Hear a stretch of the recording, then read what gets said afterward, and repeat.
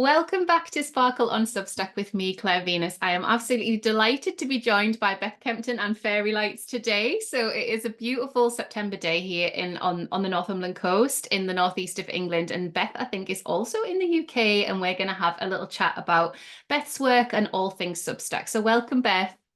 Thank you so much. It's such a treat to spend this time with you. I feel like I've got to know you over the past few months on Substack, and I want to take this opportunity to say thank you for all you bring to all of us. I've been on social media for over a decade, and I don't think I've ever come across anyone who brings your kind of enthusiasm and just genuine delight in other people's success. It's amazing. So thank you so much for that. Oh, thank you, Beth. Thank you. Well, I feel like you model that as well for us. When we've had those encounters online, especially on Substack, there is so much joy and adoration and love pouring out for other people's words and connection and all that sort of stuff. So we're having a lovely time on Substack. If you're not on Substack yet, come and find us and join us. But Beth, would you like to introduce, for anyone that's not come across your work yet, would you like to introduce who you are and what your work is in the world? Yeah, hi everyone. My name is Beth Kempton. I am an author. I write non-fiction self-help books on lots of different topics, but with a thread through them all about making the most of this precious life. My most recent one is called Kokoro, Japanese wisdom for a life well lived. I do have 2 degrees in Japanese and have had a lifelong interest in Japanese culture, and it's very much influenced the way I see the world. And writing books is just an utter joy for me. I can't quite believe that I get to do this as my job. I also teach writing, which is not something I ever thought I'd do. I don't teach how to write perfect sentences or anything like that. I teach about how to be fearless in your writing and use writing as medicine. I genuinely believe it can be medicine for us and for other people. How to write from the heart, really. I've had nearly 40,000 people take my writing classes now, which just blows my mind. And it just makes me so happy, because I think writing is one of the most powerful tools we have as human beings to understand ourselves and this amazing world that we live in. I'm also a mother of 2 young girls. I love the fact that they see me and my husband, who also works in my company, the fact that we kind of come up with ideas and turn them into food on the table. And they're still young, but we take a lot of care to make sure they understand what we're doing and why we do it. They're full of entrepreneurial ideas themselves, and they also keep me grounded in terms of what the world is becoming, thinking about what their future will be. And it's always something that I think feeds into my work, like what kind of a world are they growing up in, and what contribution am I making in a good way or other ways to that. I think it's always a good thing to keep in check. I live in Devon in the southwest of England. I absolutely love autumn and winter, hence the fairy lights. When we get to October the 1st, I might have the Christmas carols on when my family's out of the house. I just adore this time of year. I also write on Substack. I've been on there not quite a year. Absolutely love it. Just writing essays is so freeing.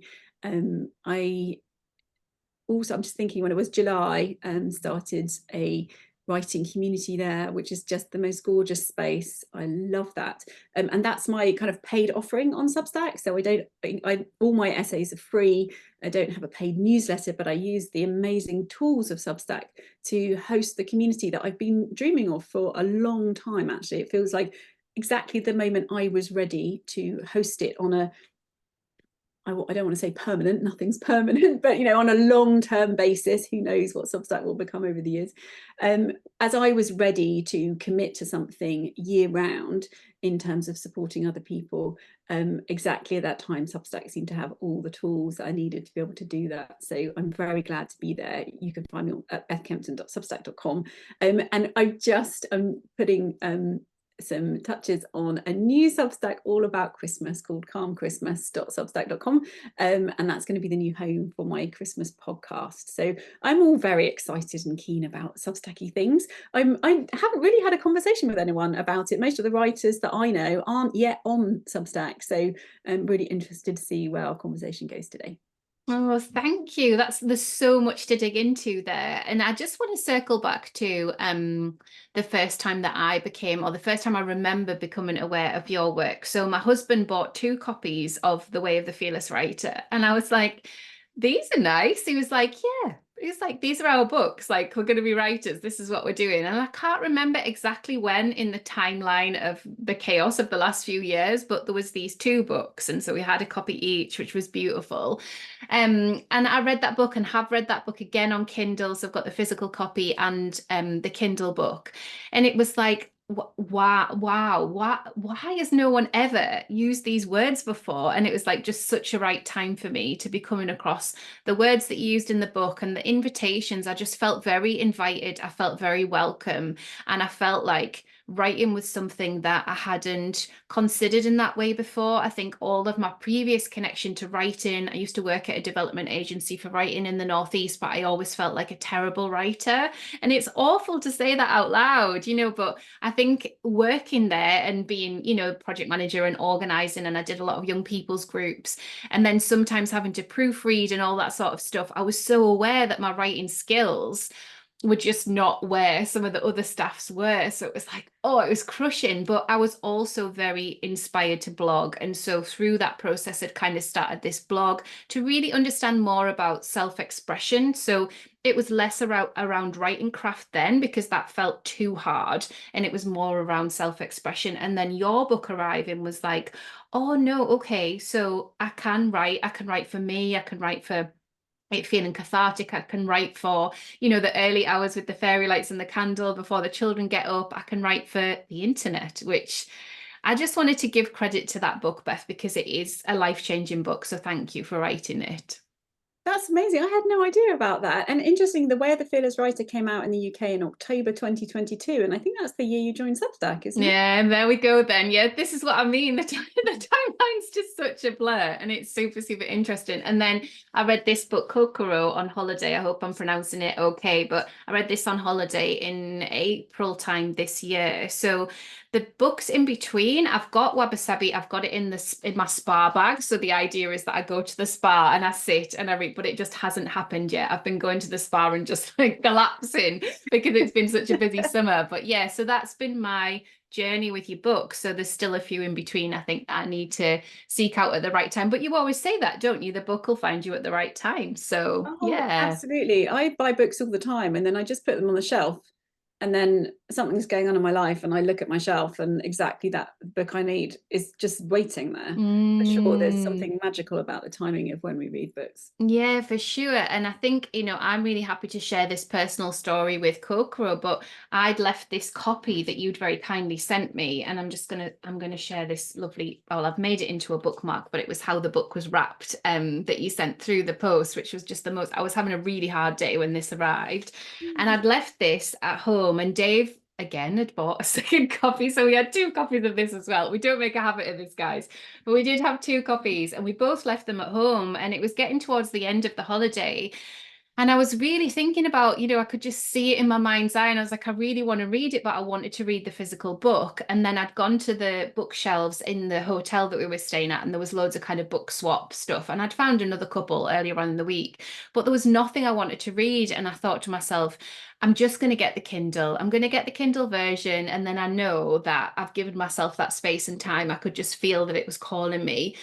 And as I was halfway through reading it, we lost Dave's best friend. So we were in the middle of our holiday and this was all happening back at home. And I was in the middle of Kokoro and just being like, I've got this, but I've at least got this book, because obviously it's a very difficult time with grief. There are so many processes to move through and so many huge emotions with all of that. And I remember finishing it on the plane on the way home. And it was a night flight, so there was just like tears streaming down my face. But the words of the book, I just felt so held. And I know you could have never imagined something like that happening when you wrote the book, but I wanted to share that with you and also with anybody else listening, because there is something in us that sometimes calls for us to take an action, to read a book, to write something, to publish something. And that can feel bigger than us. And when those kind of soul whispers creep in, we can take notice to that and we can lean in and kind of be held by whatever we're being called to do. So yeah, I wanted to share that with you. Thank you so much. I remember reading your gorgeous essay. It was just so devastating about you losing your friend. And I didn't know that you'd been reading Kokoro at that time. I think it reminds us that we never know where our words are going to land. The best we can do is write what is in our hearts and trust that it will reach the right people when they need them and when they need it.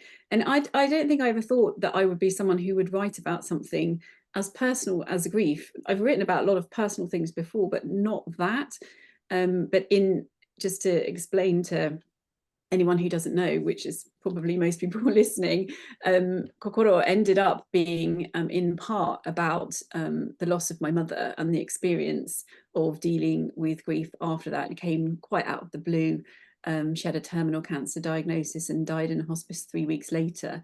And I spent nearly all of that time with her, and it was the most devastating, but also at sometimes beautiful experience of my life. And I'm still thinking about it and learning about things from it now, I think. But what I'm quite amazed that I was able to finish that manuscript within 6 months of my mother dying.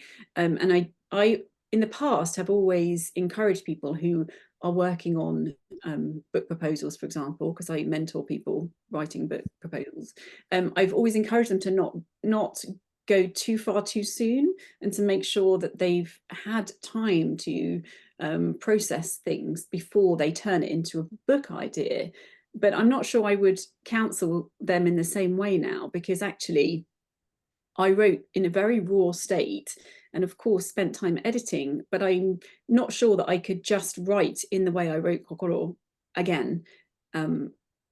If I wasn't in that particular environment, I dropped everything. I wasn't concentrating on anything to do with work. I was in a fog of grief. And I think, that you just get so close to the veil, it allows words and ideas and thoughts that you wouldn't necessarily always have access to appear. And I just wrote the whole time from the moment that my mum was diagnosed. And so I had all of those notes to call on, which were, I wrote a lot of poetry. I'd lie on my yoga mat in her room and write in my diary when she was asleep. And I had all of that. And being able to turn that into this story in Kokoro really helped me. But I've been blown away by the stories people have emailed me, like their own entire essays, saying how in response to their grief, nobody ever knows what to say. But reading my story was almost the words that they needed to hear, whether it's because their experience was remarkably similar, or even if their experience was very different and they'd lost a parent or someone very close to them 20 years ago. Some people wrote to me and said, I've never really processed this, and the book has somehow unlocked that potential for me. So I don't think when I was writing Kokoro, I don't think I had enough capacity to even think about the impact it might have on people. But it's been quite extraordinary, and I'm incredibly grateful that I get to do that. And it's work, because I think we have our own, we're the ones who heal ourselves, but there are lots of kinds of medicine in the world, and I do think that words are one of them. And it's such an honor to know that your own words have done that for someone. And everyone listening, I mean, when it's not just me because I'm an author, it's all of us. It's sharing our stories so that other people see themselves in that and understand that they're not alone, which is why it's so important for us to share our work. And I was really struck there, Claire, when you said that David first of all bought you a book about writing and said, we're writers, let's go. And then obviously bought you Kokoro as well, as something to do together. And I think that's extremely rare. And I think it's a wonderful thing to have a partner who's so supportive and also gets it because they see themselves in that way too. I just want to acknowledge that as what a wonderful thing. And that's, I think, why community is so important, because a lot of people don't have that in their immediate environment. In fact, some people unfortunately live with people who are possibly terrified of their creative ambitions, because it shines a light on what they've not fulfilled in their own life, or because they're worried about how their own stability might change if this person suddenly quits their job and decides they want to write a novel. Or there's so many reasons that people tread on our dreams, and if that person is someone that you're married to, or it's your parent, or your best friend, it can be really difficult to not listen to that and to go, no, I'm going to do this anyway. I always say that people can love us and not be interested in our writing. They can also love us and not support our writing, which is a very difficult thing to deal with, I think. But it doesn't mean we have to turn away from that person necessarily. We can look elsewhere for support, but support from somewhere, I think, is incredibly important when you're trying to write, and especially if you're trying to write things like grief, or health issues, or anything else that is difficult in a human life. You need that support from somewhere, for sure. It's so true. And I remember, I think it's in the Winter Writing Sanctuary that you touch on that point about people not buying into our writing, for want of a better phrase. And it was very healing for me to hear that. I remember when I published my first journal, it's a creativity and wellbeing journal for mums with children under 3, and it was pandemic-y times, and there was so much support for that work. But where it wasn't supported, with friends who I believe to be friends still to this day, who also had young children, it was so strange. I was like, there's this void where I'm so excited because there's been this huge piece of self-expression and art brought to life. I'm so proud of it. It's like life-changing for the people that are holding it in their hands. They're having such a lovely time with it. And yet, talking about it with some people, it just didn't land. Like, it just was like I was talking about soap or soup or anything, just not like, it was just not, it just was not there. And hearing you say that, it was like I went back to that version of myself that felt, just like a little bit of shame and discomfort at this kind of bold version of myself that had done such a thing, and just gave her a hug and was like, it's okay, you're not going to be for everyone. And it's lines like that, hearing you say it again, you realize all of these layers of us taking up space and giving ourselves permission, and hearing reflected back in the communities that you so brilliantly space hold us with.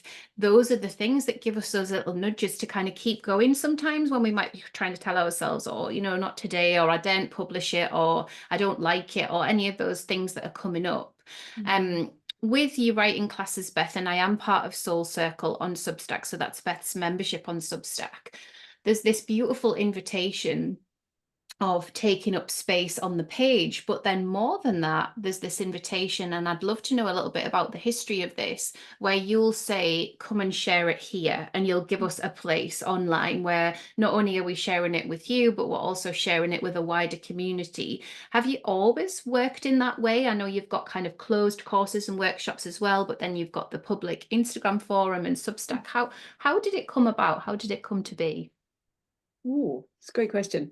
I would say, I always say to myself, if they didn't like it, you didn't write it for them. And that is how I got through living with Amazon, living with Goodreads, living with social media for 10 years. Really, if they didn't like it, you didn't write it for them. It doesn't say anything about them. It doesn't say anything about your friendship. It just wasn't for them, so it's fine. And that doesn't mean that it's not their taste. It's literally, you didn't write it for them. You were serving someone else.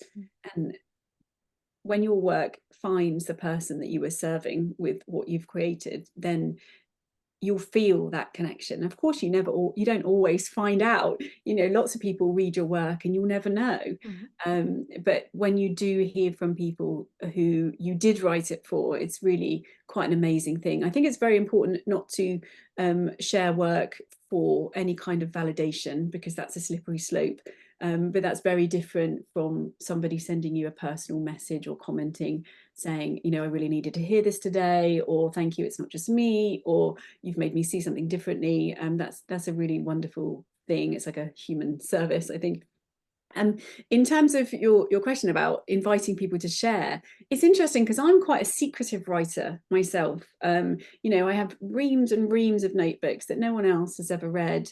When I'm writing a book, I rarely put any of it online until the book is out. Once the book's out, I share it all the time. But I think, and part of that is because my ideas are marinating, and I often don't yet know until quite close to the end what I actually want to say. And so I don't want to try to fix it in form online before it's ready. That's just my personality. And obviously some people are very different.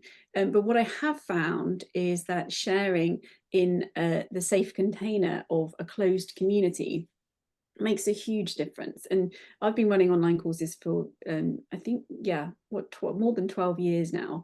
And I've always found that there's a proportion, not everybody, but there is a proportion of the group of people who get so much from having a place to speak their thoughts. And when I started out, I was running courses like Do What You Love, which is the course I still run now, but it was the very first online course that we offered. And that wasn't really anything to do with writing. That was about reconfiguring your life to do more of what you love. But of course, the way that people shared in a Facebook group back then was writing down their thoughts. So there's always been writing without it being about writing.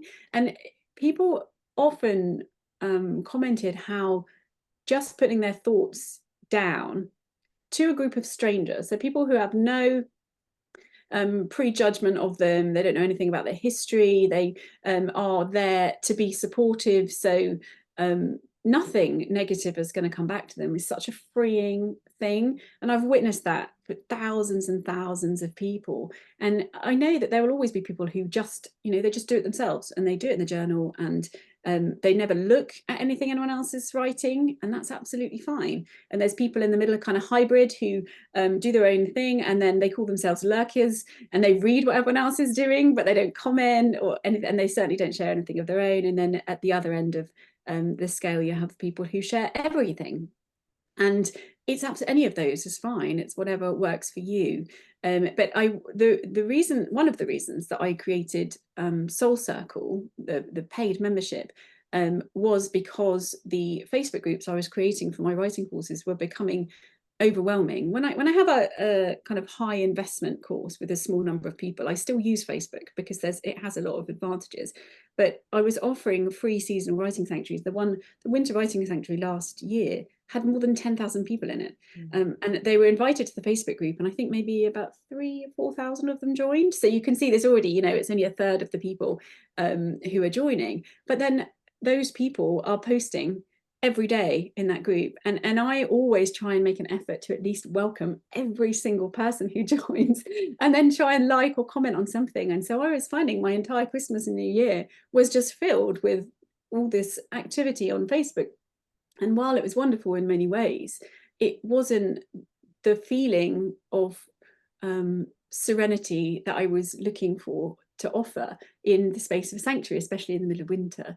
And also what I found is that the communities are incredibly nourishing for people. And then the course finishes.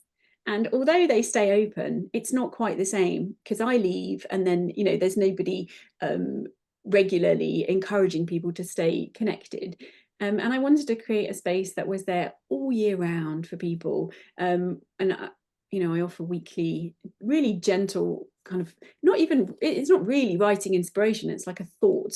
It's like, here you go, do with this whatever you wish. This is what I'm thinking about this week, with a question to answer and something to write about perhaps. And just as a little touch point all year round to keep nudging people back to the page, and also for people who want to stay connected and who don't have that kind of support system in real life, to know that they can share their thoughts in a safe space where we're welcomed and not judged. That's something I've wanted to create for a long time, and it's working beautifully. And I love it. And you'll know from in it, there's only a proportion of the people who are in it who actually, share what they're doing.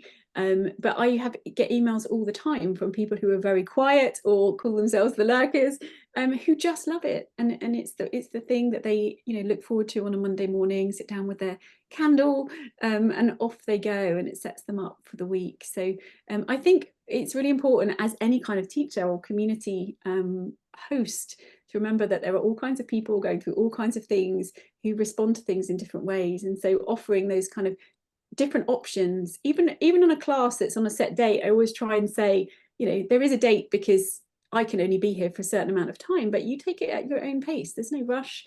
I never do a class where if you're not finished by the last day, it closes.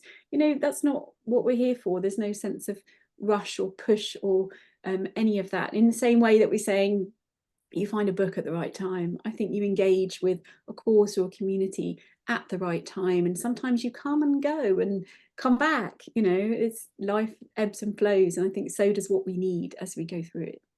It's so true. And I was just sharing with you that I'd come along live on Saturday evening, and I'm always very conscious of plugging in live because it feels there's an energetic exchange. Like I want to have my camera on, like I want to be present, like I would be in a workshop. And there's this joy of being able to do that where my husband's doing bath time with our youngest, my son's doing his thing, and I know that they're in the house, but I can kind of plug myself in and spend some time and some space in that place. And it was the early autumn class on Saturday, and the prompts I was sharing just before we started recording, the prompts were taking me somewhere where I just haven't been for quite a few weeks, maybe even a couple of months. And that is the magic of the way that you set the tone, us being in circle together. I think there was like over 170 people there at one point. I could see the little number at the bottom, and you really feel like, wow, all these lights are turned on and we're all here, we're all connecting. And I do find that absolutely magical about the internet, that that you can just make that decision. Like leading up to 7 o'clock, it was like, am I going to be able to do this? Like, because it's still up until that time, like, how's Luna going to be? How's Dave going to be with that whole thing?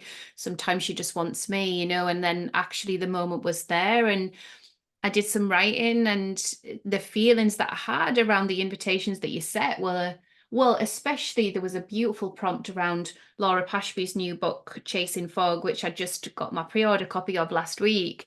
And that prompt and that question, I'm not going to give it away, but it was like nobody had ever framed anything like that up for me before. It's like, wow, where am I going to go with this? So yeah, that was really precious, and there is so much of that in your community. I wanted to circle back, just take us back a step or two about your decision to join Substack. What brought you there? What did you plan to do there? How's that shifted and changed? Because we're here and now, but it's been nearly a year, hasn't it? Not quite a year. And I feel like when you first arrived, there was this tangible passion for what you'd found on Substack, and this kind of pull to write these beautiful long essays that were being shared and kind of commented on, and lots of people finding you there. Why did you arrive on Substack, Beth? What happened? It's funny, actually. I'm part of a published authors Facebook group, which is really about when you've got a book out on submission, and everyone understands the feelings, everyone's supportive, or you're looking to change agent, so you can talk about that secretly. And so it's much more like a working group. But somebody posted in there that they had they read a short story on Substack that was about the publishing industry. So they were sharing it as more a, hey, look at this. This is written by someone who's just left the publishing industry. What do you think? And I went on it, and I remember exactly the table I was sat at in this particular cafe in Exeter, actually, reading this short story, which was interesting, but it was not so much the story itself. But it had like a button at the bottom to subscribe and something about payment. And I was like, hang on a minute, what is this? And the more I explored, the more I was like, this is like everything I've been doing for the last 10 years, except people pay you for it. What is this wonder?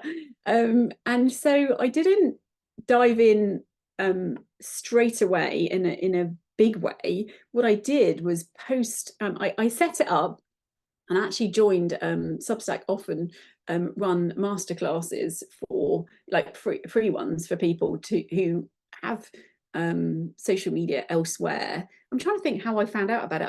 I'm not sure how I found out about it. I'm just searching, I think.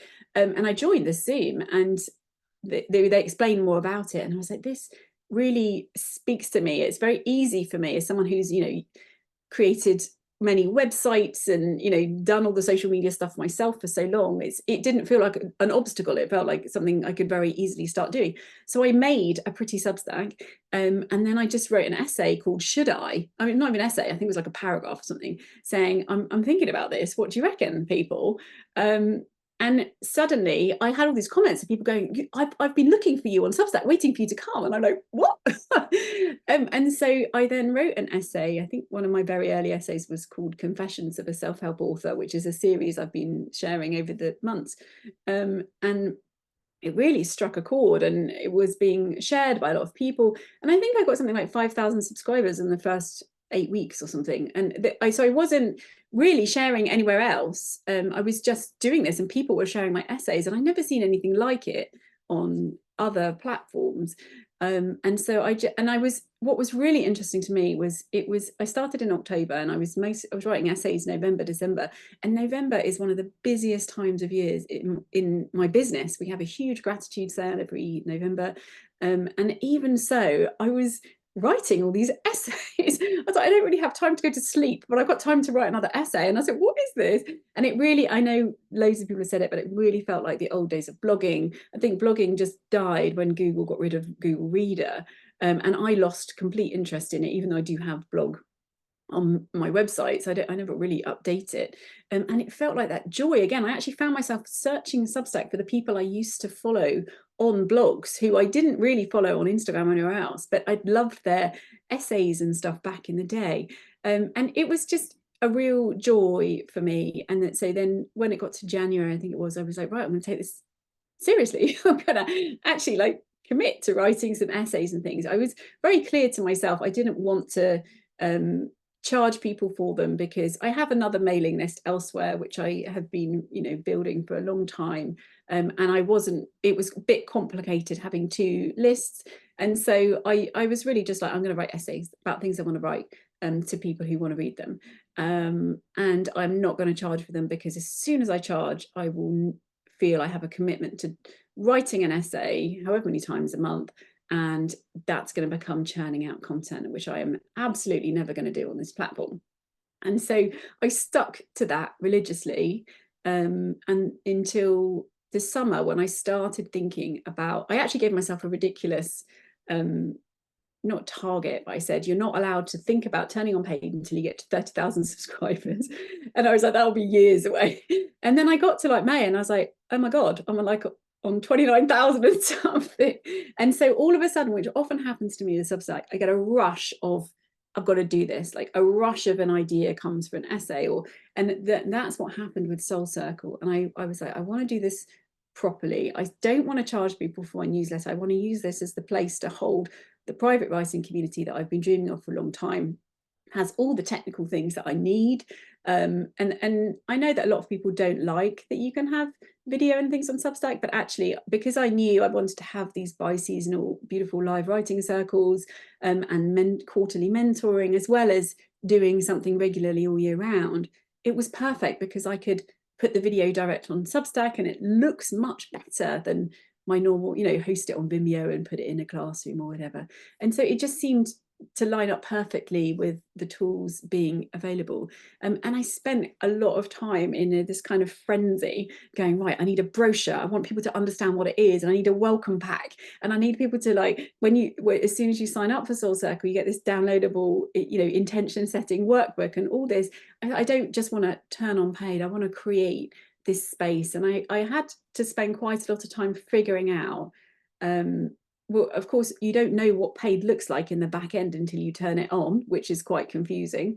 And also, I was like, right, so at the moment, there's obviously no archives, but you know, 6 months from now, there's going to be 26 archives from our weekly thing, and there'll be live writing circle replays and all of this. So when someone new comes, what are they going to see? And I tried to think through all of that in advance before I launched. And then I did a pre-launch saying this is coming on July the 12th, I think it was. And I shared that about 3 weeks in advance and built up for it. And that was a really important time for me to keep shaping what I was going to offer, because it was very interesting. People's response to it's almost like a pre-order. They were signing up already before anything had been released. helped me kind of finalize what it was going to be. And since it launched, it's been exactly what I said it would be at that moment, but it was kind of shape shifting until the moment that it began. And so I have this lovely paid community that I write for every single week, but it's much shorter. It's not like a long essay. It's just a little nugget of something, which I just love coming up with. And then the essays are still all free. Well, there's a couple of them are paywalled, like really old ones are paywalled when they're to do with writing mostly. But generally speaking, the essays are still free. And I have a lot of freedom with that. I'm not writing any books this year. I don't plan to write another self-help book for a while. And so next year, planning on putting a lot of effort into Substack essays, because I think it's such a brilliant length. You can explore something more deeply than a social media post, but without going as far and full on as a whole book. It's so beautiful to hear that story, because obviously I've been on the outside of it, and you know, as soon as you launched it, it was like it really was one of those things. Well, whatever it is, I'm going to buy it. Like, so it almost didn't really matter what you'd written, because I was, you know, I was just in. I was like, Oh, that's it's Beth amazing. on Thank you. Substack. Well, I've done Winter Writing Sanctuary, which I adored, and then in the back of my mind, I was like, when will be the right time to do Beth's book proposal masterclass? But it didn't feel like this year just gone. So I was like feeling into that. And it was like, but I do need this. Like, I just knew I needed it. It was like my medicine, my community, a space where I get to be a version of me that doesn't educate on Substack, quite frankly. You know, it's like there's a whole version of me that is the person that is at home with the kids, that likes to write, that's a creative. And some of that is obviously fuel for Substack education, but there's a whole host of other things where it's like, I want to explore this. And I knew that it would enable me to do that. So I was definitely caught up in that.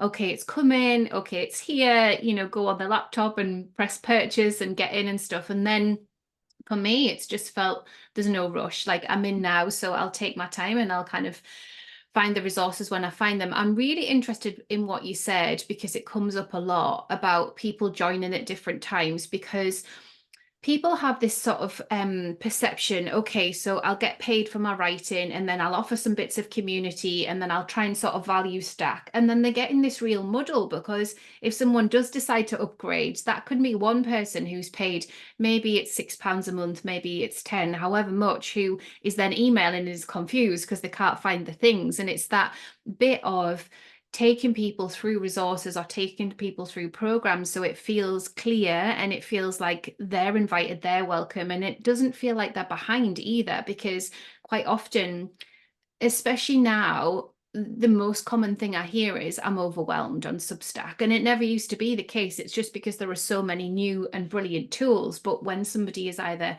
new to the platform or new to a paid space, they can very quickly be like, where's this? How do I find that? What do I do here? And they might have limited time or whatever. So yeah, I'm super interested in what you said about that, Beth. Did you make a video to kind of explain things to people so that when they pay, do they get a video, or do you kind of just filter them through? I can't remember how it worked for me, which is why I'm asking. Well, I think the number one reason people leave memberships is because there's too much content, which as a membership Mm. creator, I remember in the beginning, because I've had memberships in other places, was I was like, what?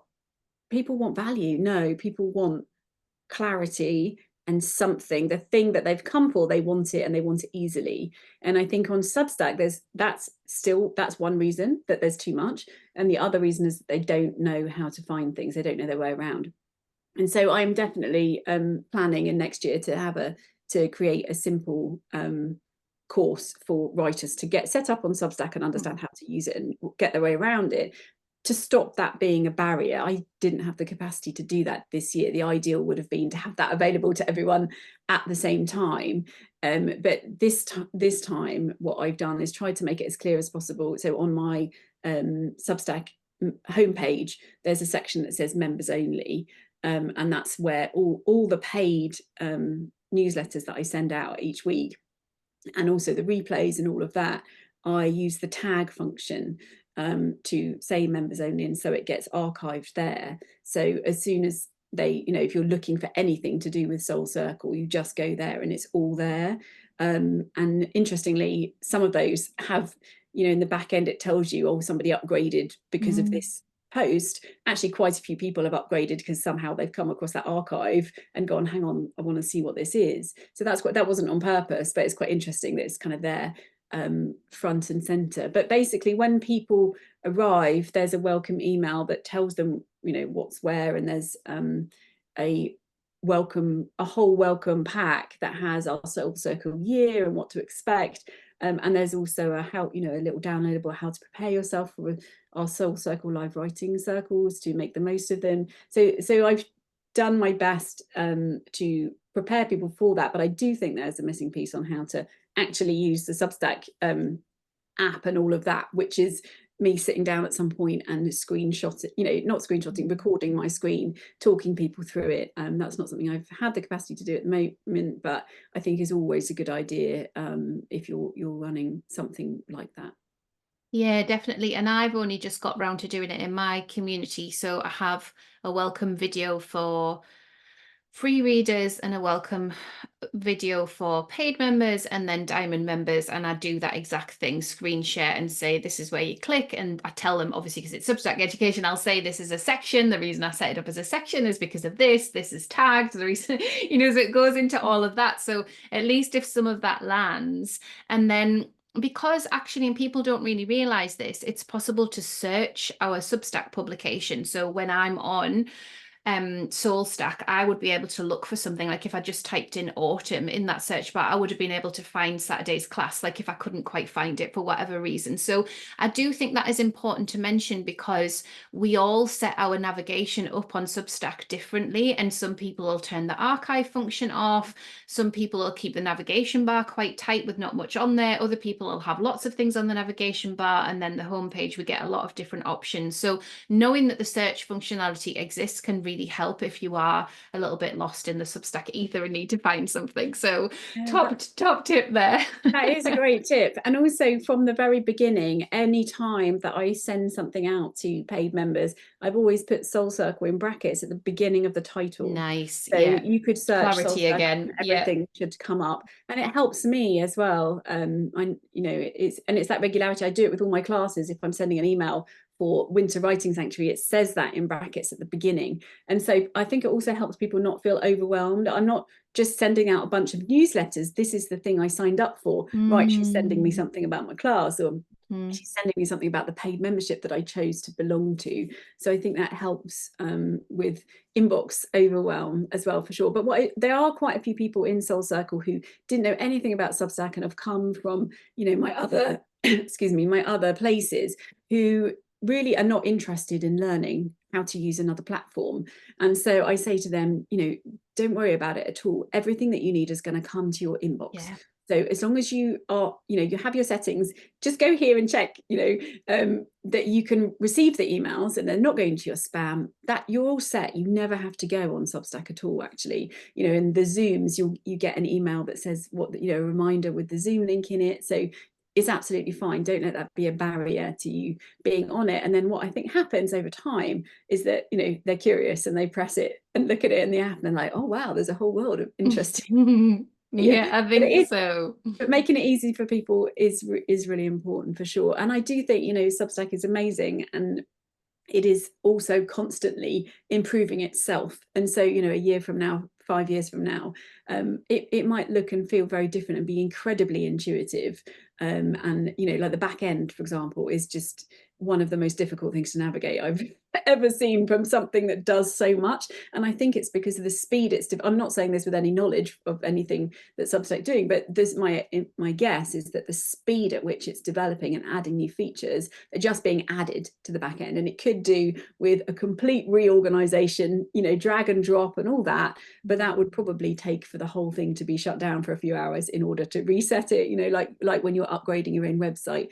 Maybe that'll happen one day, I don't know, but at the moment it does feel like you have to search around a bit. But I really encourage people to take your time and to you can find out a lot of information on Substack through Claire and as well. Just search, and almost anything you need to be able to do, there is a good explanation for it. There's a lot on YouTube as well. And don't let it be a barrier to taking advantage. It's amazing. platform that we have at our disposal now. Yeah, it's great, and I'll say to people, and I just went into the local indie bookshop to pick up my copy of Chasing Fog last week, and I was talking to the bookshop owner. She has 4 bookshops, and she's curious. She's curious about Substack now. So we were chatting about, and I said, just get the app, just have a lovely, honestly, get the app.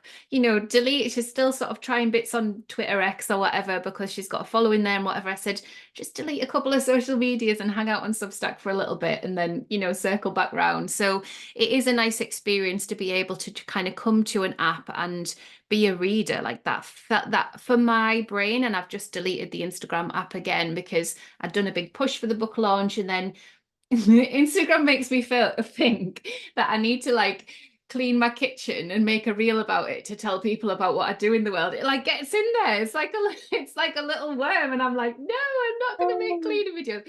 But I just get sucked down so many rabbit holes, and I just know when it's time to turn it off. Whereas with Substack, it is different. Like you can sign up to writers that you really appreciate and love, find new writers. You don't have to go on the social media part of it. You can just read personal essays or longer posts and kind of just treat it like a Kindle experience in a way.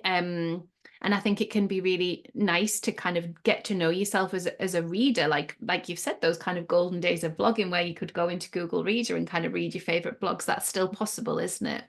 Definitely. I know there's a lot, I've seen a lot on Substack notes about people being anti-Instagram. But to be honest, for the last few years, I tend to not scroll at all on Instagram. I just That's don't. And I good. know that the ads have become very heavy, but I go on Instagram to post what I want to share and to interact with my community in the comments. And what's interesting to me is that I do have more followers on Instagram than subscribers on Substack, but it's not that much different. And the number of comments I often get, if they were on Substack notes, that would be considered a viral note. And so the engagement is amazing on Instagram, and I think the thing is about how you use it. If I do start scrolling, it is absolutely a rabbit hole and you just get completely sucked in, and mine is mostly like, oh, this is another cabin in the woods that you want to build, because that's where or those where there's a secret door and there's a library behind it. I have a lot of those in my feed as Yeah. well. Oh, lovely. I'm gonna go back on. No, don't go back on. But I think it is all about how you use it, and I Instagram and Facebook both have been really valuable in helping to grow my Substack, as well as staying connected to people who will never join Substack, which is, I have in some parts of my work, I have quite an older demographic, and those people like Facebook and they're not going to move. And so although I don't like Facebook and I don't create new content for Facebook, I do post a lot of what I post on Instagram also to Facebook. Substack, I do tend to do slightly different content often, especially notes is much more just what I'm thinking. But I would say don't rule it out completely. Obviously, you have to do what's right for you.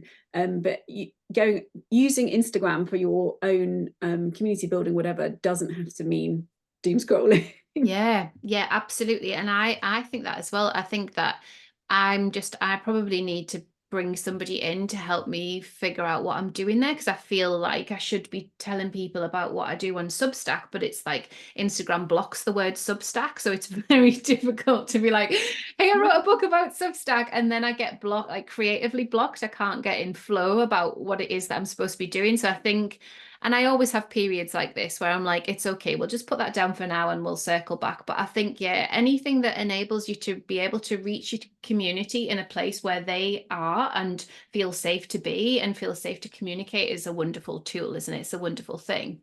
Definitely. And with the Instagram blocking Substack thing, I've managed to get around it by putting my Substack URL in an image and putting that, so you swipe for where the essay is, and sometimes not writing Substack in the actual post, or having it as the link in my bio. It doesn't seem to block that. Yeah. And I've just from the number of engagement, it's not suddenly dropped or anything like that. So that sometimes helps, but it's with anything. I think if we start thinking too much about what the platform needs us to do, we should just stop doing it, because it's just a tool to share what you want to share. and it shouldn't be the the mechanism that's informing what it is that you're sharing with the world. It's so easy. I've got into that trap so many times, and then I just step away. And if you actually went back through my posts, you'll see there's massive blocks of time I just don't post at all on Instagram, and everything has dropped so much when you look at the data, and then I'll get enthusiastic again and it will go up again, and I'm just okay with that. Yeah. Ebb and flow, it's fine. Yeah, yeah, it's really beautiful, isn't it, to be able to lean into what's feeling good at the time. And I wanted to touch on the graphic side of things, Beth, because on your Substack, there are beautiful graphics that arrive, and it feels like it's very curated. When we go onto your Substack, it's very clear. There are these beautiful images that are all kind of there's something there that's very sophisticated, that is an invitation. Like, I already feel like my breathing slows down when I arrive there, and these beautiful words and graphics. And has that always been something that you have enjoyed creating? Do you outsource that? Like, I'm just curious how that all kind of works as part of your creative flow and your creative ecosystem. Yeah, I've always taken it seriously, like what things look like from very, very early on in what I've done. I get professional photo shoots done a couple of times a year with someone who takes hundreds of pictures at a time, and I spend a lot of time curating all the props and my clothes that nail varnish colors and everything that fits a certain palette, so that I know I can use those all year round. I use them on my website, I use them in my classes, I use them on social media. And so wherever you land, there's a feeling that you might recognize it from somewhere else. And yes, photo shoots do cost money, but over time the impact is huge. And if you think in terms of the impact that then encourages people to stay, often become part of the community and go on and buy something, the photo shoots are worth it 100 times over. And I understand you can't always do that in the beginning, but when you are at a point that you have some budget to spend, it's one of the first things that I would suggest spending it on. I've always had professional design for logos, but what I tend, and also I have a professional designer who does all my worksheets and stuff in my classes, and did the brochure for Soul Circle and all that, and someone I've worked with for years. But what I tend to do is just get a logo done by them. So for example, my Soul Stack and Soul Circle have the same look, but I get a transparent background for that. So I get like a version that's got white text and a version that's got black text. And then that's it for what I get from that person. And then I just use Canva, and I put I import my photo shoot photos into a certain shape, and then I put my transparent logo over the top of transparent background logo over the top of it, and boom, there's a beautiful banner. And I do, sometimes I'll do a big batch of those. So I have, every time I share I make something that I might use on Instagram, I always save the file name with SQ in it for square, and so I can very quickly search my computer for anything that I could use for this post. So I've just got kind of practices that I use within my business that if I've got a spare day, I might sit there with the latest photo shoot and just make 300 images that I can use on Instagram at some point, not with any specific plan in mind at that point, but knowing that there will be a day when I quickly need an image and I can just put it in. So Canva is your best friend. It's amazing. And actually, I think I'm going to probably stop using Photoshop completely soon, because Canva is just so sophisticated now for not too much money, for what it can do for you.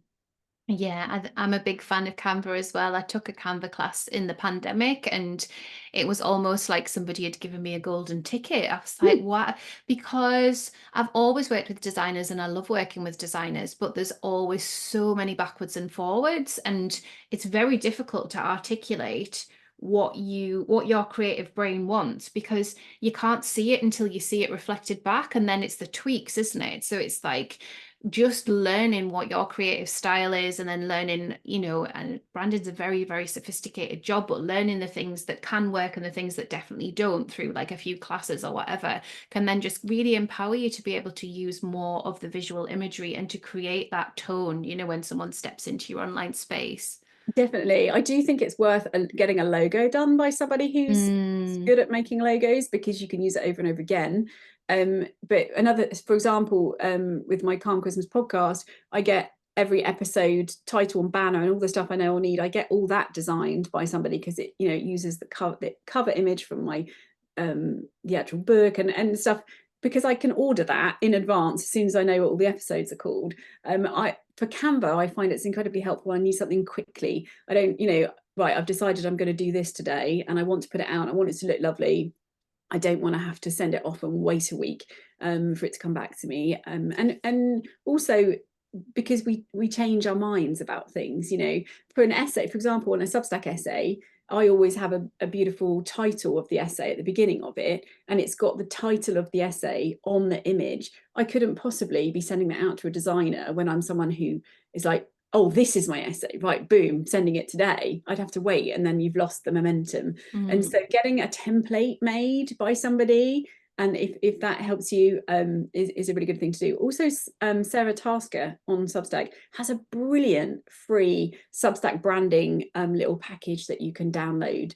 I don't know if you can find the link and share that, maybe, Yeah, Claire. definitely the bundle there. Everybody always Yeah, talks about that. Yeah, it's it went really viral when she fantastic. first put it out. So it went nuts. And then everybody was like, ah, I've got to brand up my Substack. It was like such a thing. It was such a moment. But yeah, Sarah's bundle's great. And then there are a few people that professionally do this now. So if you need Right. somebody professional, I like to work with Christy Keller. So I'll link to Christy as well. She's great just because there are just a few tricky things with Substack. And if you just are getting frustrated with the design side and it's not your thing and you're not enjoying it, Christy will just take that and do that for you. Yeah. So yeah, that's cool. It's And like with you a website. It's like get it done properly to begin with, but make it flexible enough and learn how to use it so that you can do the day-to-day tweaks that you need. yeah, that's it, isn't it? And I did like what you were saying about batching a whole load of stuff. I've never done that before, and it did make me think, ooh, cozy rainy day, cup of tea, something on the TV, like it's sort of a Yep. dream work at home day, just Yep. batching a whole load of images up. So I think, yeah, I like that a lot. We're going to finish really soon, but I wanted to ask Beth about Calm Christmas because this is something that has been in my ether for a while. And me and my friend Beth, really, we love talking about Calm Christmas and we love talking about the lead into Christmas and all the magic that we want to create for the kids and that sort of thing. I know she's a massive fan of the podcast. And I noticed that you were like, oh, maybe I might do a thing and it might arrive on Substack. And then the next minute, Substack was like recommending it to me. And I haven't subscribed yet because I'm waiting. I'm like literally waiting for the moment where the season turns and I'm like going in. So I'm like so excited to subscribe. But I think like over 4,000 people Yeah. already have. We've not really talked about it yet, but thanks to Substack's amazing recommendation I stuff. know. It's brilliant. So good. So you've got a podcast called Calm Christmas. And am I right in saying that it's a unique podcast every year? So it's a new podcast every year. Yes. Yeah. Yeah. So I wrote a book called Calm Christmas and Happy New Year 5 years ago. Mm. And the second year that it was, so the second Christmas after it came out, the US edition came out, and I decided to start a podcast to support the publication of it. I'm not sure I ever thought it would become something I do every year, but I can't imagine not doing it. I think I'll be doing it forevermore. And I just love it. It's like everything. It. I always have a very gentle, nourishing lead up to Christmas. I absolutely love it. I start thinking about it way too early. But having two children, I love the magic of it and also appreciate the overwhelm of it and the frustration about the amount of money we're supposed to spend. I've had many Christmases when I've been absolutely exhausted and I've not taken good care of myself. I know when we get to January and everyone's talking about January blues and all of that, and I just struck me at one point before I was writing the book that perhaps the whole problem with January is the way that we've spent November and December. And we have this beautiful opportunity of Christmas, and whatever you think of Christmas, to where the whole world slows down, really. And before the pandemic, we'd never really, it was kind of the only time that almost everywhere in many cultures really does slow for a little bit, even a couple of days. And it always feels like a kind of magical portal between Christmas and New Year. And I expanded that when I wrote the book from the beginning of November to early January.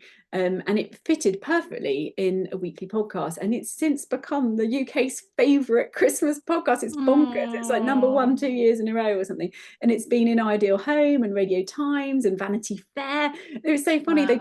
Vanity Fair described it as they imagine that I live in a little cottage like Kate Winslet in The Holiday.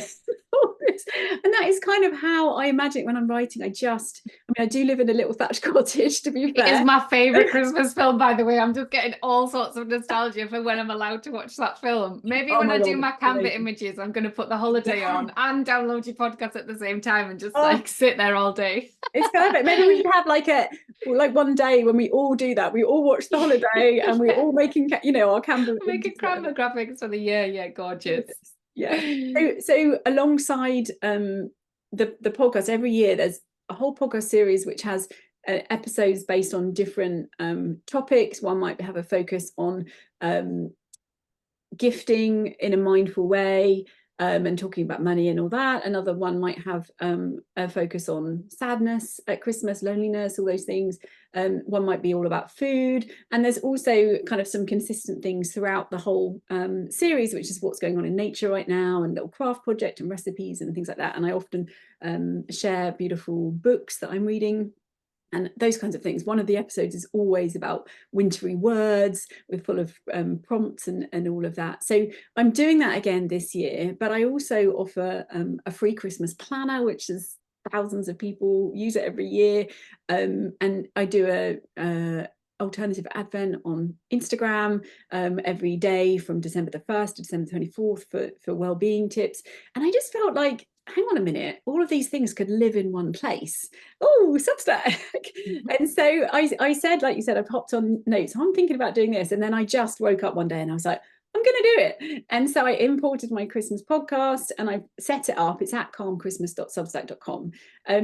It's most of it is still holding things, but if you subscribe now or anytime up to November, the beginning of November, when the podcast is released, you'll get a reminder and wintry essays and all of that into your inbox. I could have done it on my main Substack, but I wanted to keep that as a space that I can, write about anything I want. It doesn't have to be about Christmas. And I know that some people are not interested in Christmas and some people absolutely love it or really, really need a different kind of nourishing Christmas this year. So I wanted to create a space where they could go and subscribe and have access to all of that. So lots of wintry goodness is coming. I can't wait. I love it. Yeah, I'm very, very excited for that. And I think it's a really good point you make about, I could have had it on my main Substack, especially as someone who has started multiple Substacks and has that energy held in multiple places. And I do think there is something there. And this is another popular question in my community. Is this a second Substack? Is this a section? How do I manage this? And obviously the answer is unique for all of us. But I think sometimes the best thing that I can say, and I'd love your thoughts on this, is the energy bigger? How big is that energy? What is that? Can you kind of connect to the muse of that energy, if you like? And then does it sit neatly in a section or does it need its whole entire space? So when I started the Substack for the Sparkle Summit, which Beth very kindly guested on, and you can still watch that class if you'd like to. It's really brilliant. It was obvious from the off, like this needs to be a clean, clear space that people understand what it is, branded up.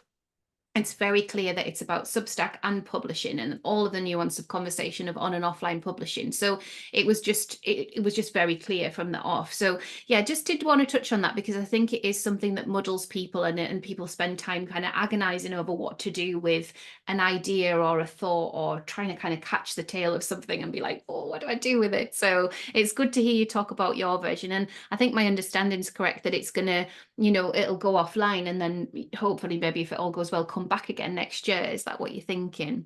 Yes, exactly that.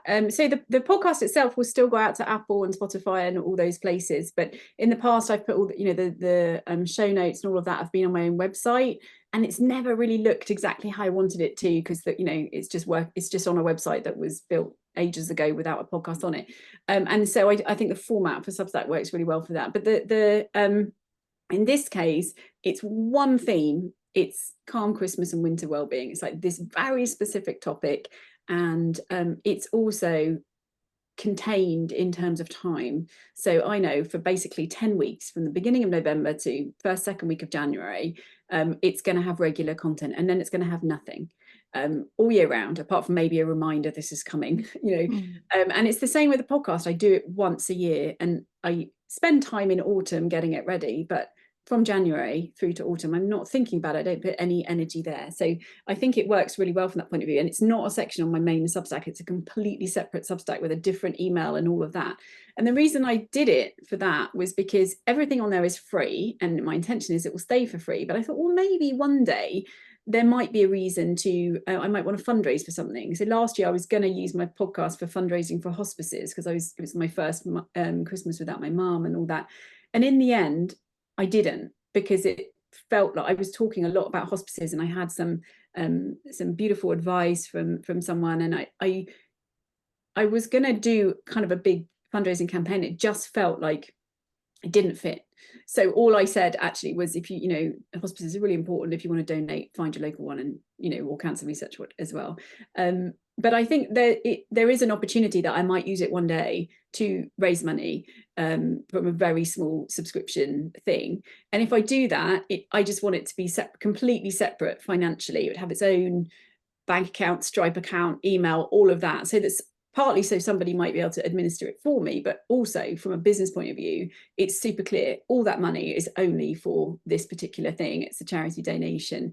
And so it just felt easy to set it up as its own thing, and then forget about it for a big chunk of the year, and then come back to it. And also because I think I did search Substack, and I found hardly anything about Christmas. And I just think it's wonderful to go, here is a whole space all about Christmas if you want it. And we can all pop over and share all the Christmas emojis in the comments. That'll be lovely. Oh yes, I'll see please. you there. Oh, last year, it's interesting. Last year when I was preparing the podcast, I did a call out on Instagram for people's traditional stories of their traditions from childhood to do with food. And it was unbelievable. I had hundreds of these amazing stories, and I wove a few of them into the podcast each week. And I'm thinking I will do that kind of thing as well. It's so well set up for that. So oh yeah, nice. Oh, that'll be so lovely. Oh, Beth, it's been an absolute joy. I could talk to you all day, but I do need to let you go and get on with the rest of your day. Just before we do go, could you just remind people where they can connect to you and find your work online? Yeah, of course. So on Substack, I'm bethkempton.substack.com. And on Instagram, I'm Beth Kempton as well. And for the Calm Christmas Substack, if you're interested, that's calmchristmas.substack.com, which is where you'll also find the podcast this year. And all my books and everything like that, you can find out at bethkempton.com. There's a theme there, but also all my courses, writing courses and all of that are on my main website, which is dowhatyoulove4life.com. Lots of my courses are completely free, and there's also much more deep dive immersive courses if you're interested in that too. So do come and say hello on Substack Notes. I'd love to hear anything that you've taken from this conversation with Claire today, and it's always lovely to meet new people here. Yeah, thank you for listening, everyone. And if you are over on Substack, you can connect with us in the comments below the podcast. We'd love to hear from you. So Beth will be tagged as a co-author, so she might get those notifications too, if that all works okay on the tech side. But otherwise, I can let her know that your comments are there. So feel free, if there's anything, like, I love to hear from you, because this podcast is an active service. It's supported by my Diamond members, and I want to make sure that you're really connected to the conversations that we're having. And if there's anything that you're unclear on, I can weave more of that in. So let us know. Thanks again, Beth. Thank you so much. Lovely to chat today. See you soon.